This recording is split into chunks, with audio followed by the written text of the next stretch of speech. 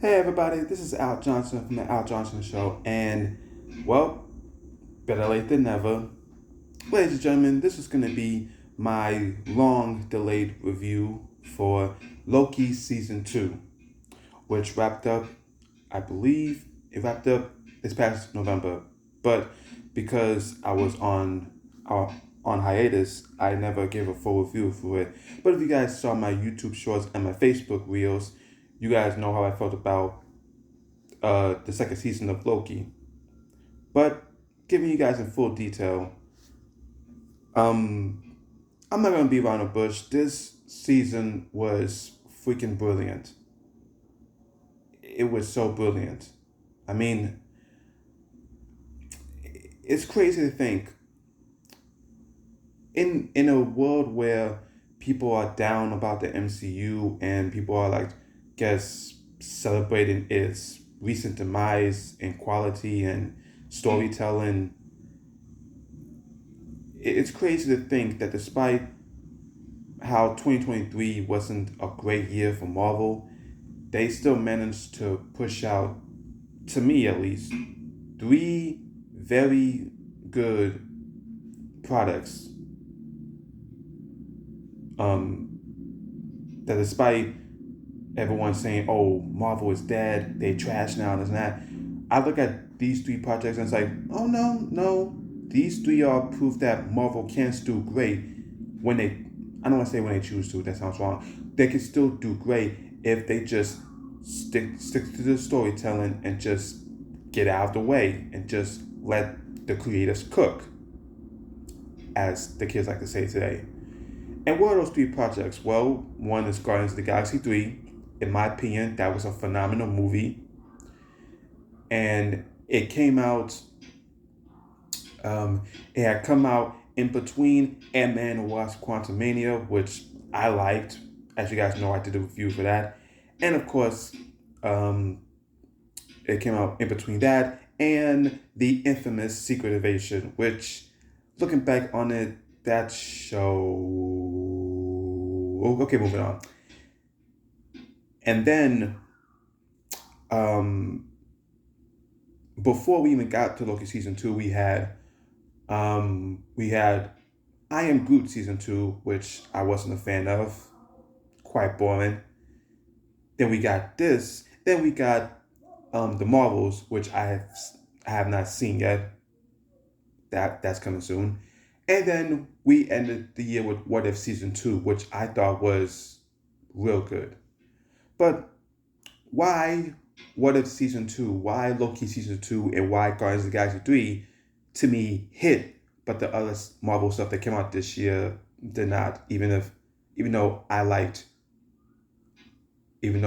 only liked Quantum Mania and thought Secret Invasion was, mm, thought I Am Groot was the second season at least, and can't speak on the Marvels. The Marvels haven't seen it yet. But why those three specifically? To me, I mean, What If season 2 is its own beast, but Guardians 3 and Loki season 2 in particular, those projects to me really, I guess when you think about how good Marvel is or how good they can be, you look at those projects. Speaking of Guardians 3, I also did a review for my channel, which you guys have, if you guys have not seen, go check it out. But regarding Loki season 2, I loved season 1. To me, Loki at that time and still to now, Loki season 1 to me was and is the best Disney Plus show for the MCU, and that hasn't, and up until this point it hasn't changed. Yes, I mean, WandaVision was great. Despite some hiccups, Falcon and Winter Soldier was solid.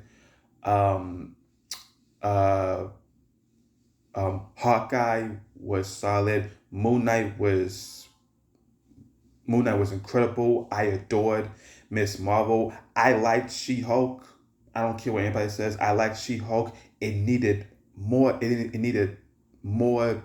It needed it needed to cut back on some spices, but I still enjoyed it. Obviously, Secret Invasion, nah.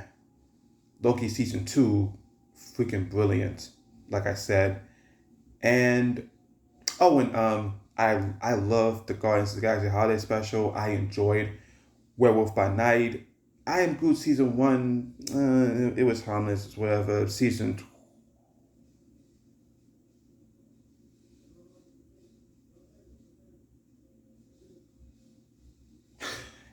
Yeah.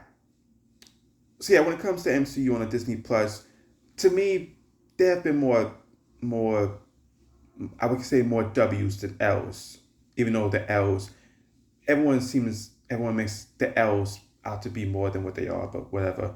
Oh, and also currently, I enjoyed Echo. Like I said, Echo was real good despite the many hurdles it went against.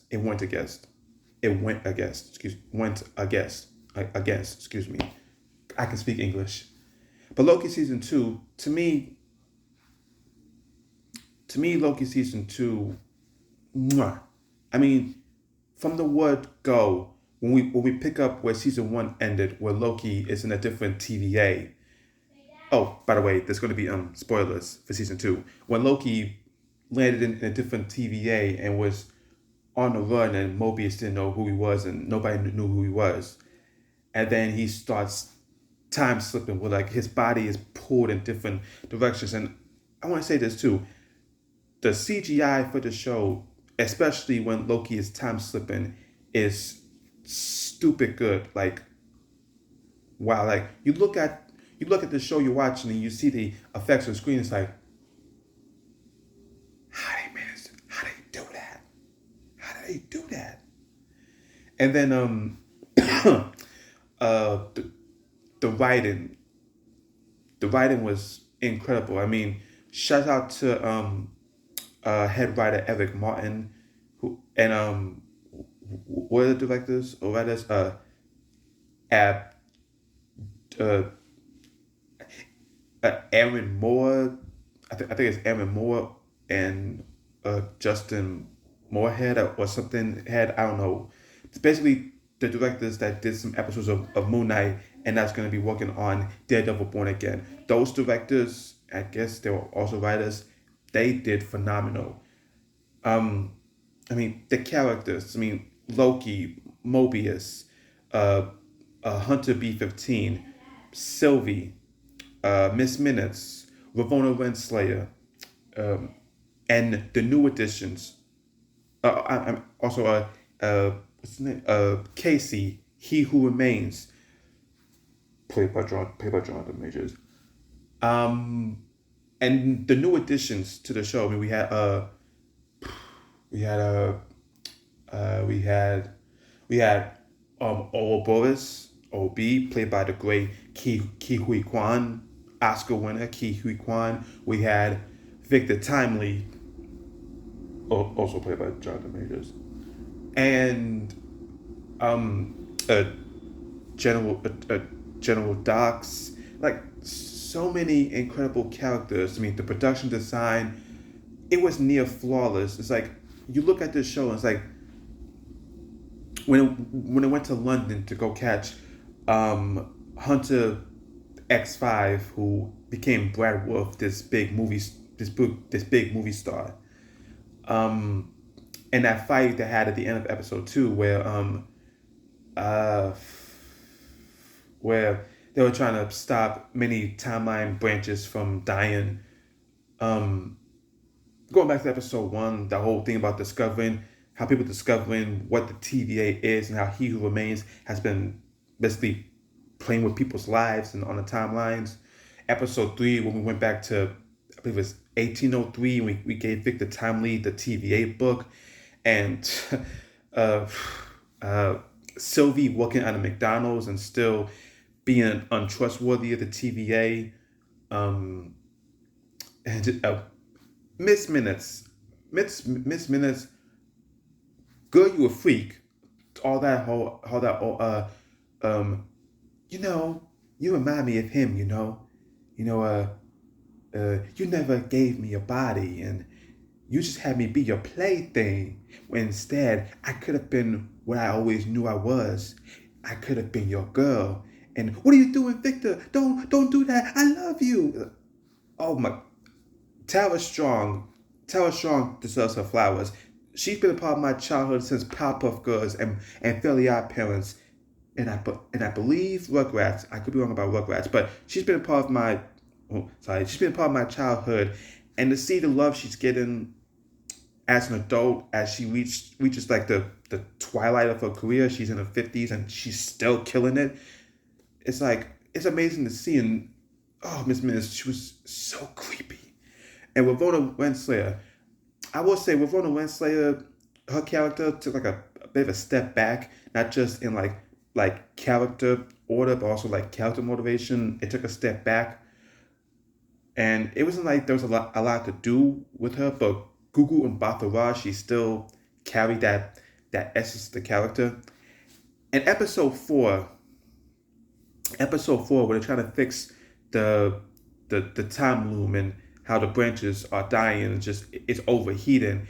And when it's like, okay, Victor Timely, he's a variant of He Who Remains, who's a variant of Kang. Maybe he could help out with this. Then he goes out into the field, like, okay, I'm gonna go stop the time loop, and just dies. It's just like that was one of those moments where it's just like. And then episode 5, you see everyone back on the sacred timeline, what they were originally. I mean, you have Mobius. Mobius finally got his jet ski. Owen Wilson, great job. Even going back to episode 2 when he smacked Brad Wolf because he was talking all that mess, and Mobius like, I don't want to go back in the sacred timeline. I don't want to know where I was beforehand. I'm good. Then you see him on his jet ski, even though he was a jet ski salesman, but he was on his jet ski. Casey was he was in jail. Hunter B-15 was a physician. Who else? Oh, OB was a science teacher, but a failed writer, and just like. And Loki admitting that, oh, he wants to save the TVA because he hates being alone. Because going back to season 1, you had Lady Sif being like, I hope you know you you are alone and you always will be alone. Like that's like it's Loki's curse or whatnot. And it's like, Sylvie, it's like, Loki, why won't you save the TVA? I want my friends back. I don't want to be alone. And it's like that moment to me, that was brilliant, a brilliant performance by Tom Hiddleston. It's like Tom Hiddleston, it's like the glue of the TV show and a section of the MCU. Think about it, you guys. How crazy it was with Loki, how we've had him since Thor 1 back in 2011, and in 2023 he has come full circle. Speaking of full circle, at the end of episode 5, he controlled his time slipping. Then episode 6, he keeps trying to fix what happened, or how can we do this differently. Then once it's like, oh, we fixed the loom. Nope. Then he goes back to the season 1 finale and talks to He Who Remains, and He Who Remains like, that was put in place. I knew that was going to happen. Remember, I see everything. I know it all. And it's like, well, Loki, you want to stop this? Kill Sylvie, and we'll fix the timeline together. Then Loki went back to the pilot episode of season 1, talked to Mobius about what it means to do right, and what good is it into sacrificing oneself. And just the discussions this show was having, the themes it tacked on, just brilliant. And then Loki talking to Sylvie about, free will and what good is it. And then ultimately decides, you know what? In order to save my friends and stop this loom from destroying, I have to give up my happiness and I have to step up and save everything, even though I'll be alone forever. And when Loki went on the thing and he became the god of stories and he was holding the timelines together, and the TVA is now going after Kang variants, and just Loki's checking on his friends, and you see the tear in his eye, like, yeah, I'm alone, but my friends are safe. It's like brilliant, man. It sucks what's going on with the MCU, but this show is brilliant, and you guys should go watch Loki season 2. It is freaking amazing. That's my review, guys. Let me know down below how you feel about Loki season 2. Man, glorious purpose. I love this show. Peace out.